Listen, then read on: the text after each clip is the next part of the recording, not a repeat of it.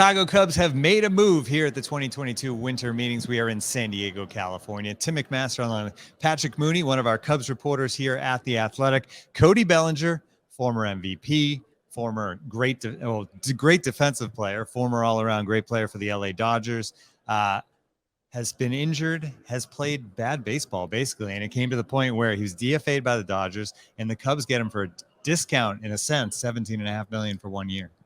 Yeah, this kind of fits into what the Cubs are doing here. They had a huge hole in center field, offensively and defensively. They needed some left-handed power. They could potentially use him at first base as well. They were one of the worst base running teams in baseball last year too. He should help in that regard. And this is a classic Scott Boras pillow contract. And if Cody Bellinger has something left, because they're going to give him a really long runway to figure that out.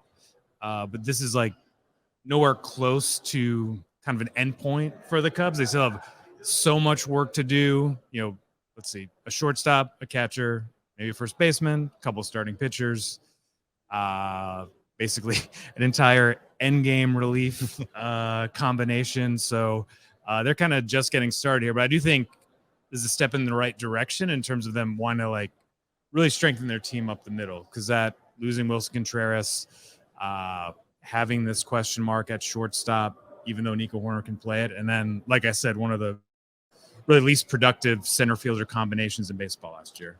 We're not talking about a guy who's struggling in his career as he reaches the downside, right? We're talking about a guy who should be in his prime. The big question, I guess, is how much have the injuries that he's had impacted him, and is he healthy enough, right? I assume the Cubs have seen the physicals, obviously, and they believe he is healthy.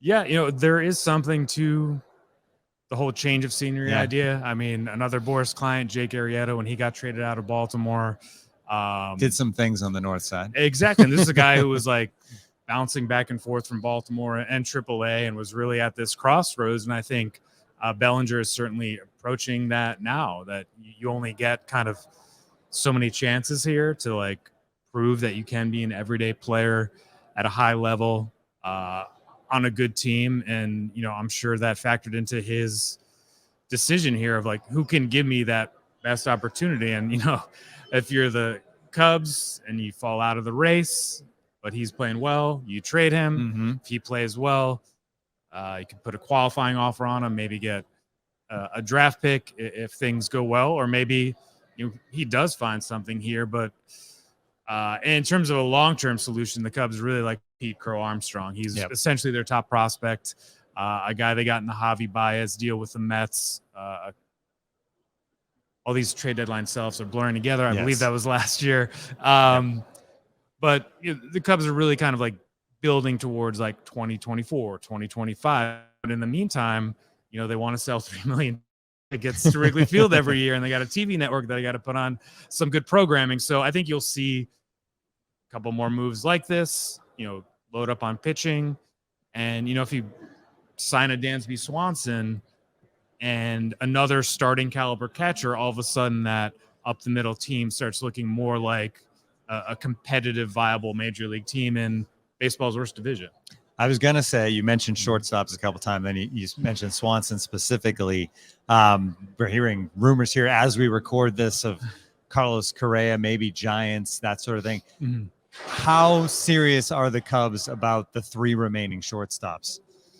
Well, they've met with all 3 of them, plus David Ross and general manager Carter Hawkins went to South Florida while Turner was making his decision, and 11 years, $300 million was not in the Cubs' kind of offseason plans. And, their offer, I would guess, probably made a lot of sense maybe in August. Right. And then this market kind of accelerated to a place that I'm not sure if everyone saw coming, though it makes sense with the new labor deal as we're coming out of COVID, an expanded playoff field, things like that. But Jed Hoyer, the Cubs president, manager David Ross, drove up to Newport Beach yesterday, met with Correa and his wife.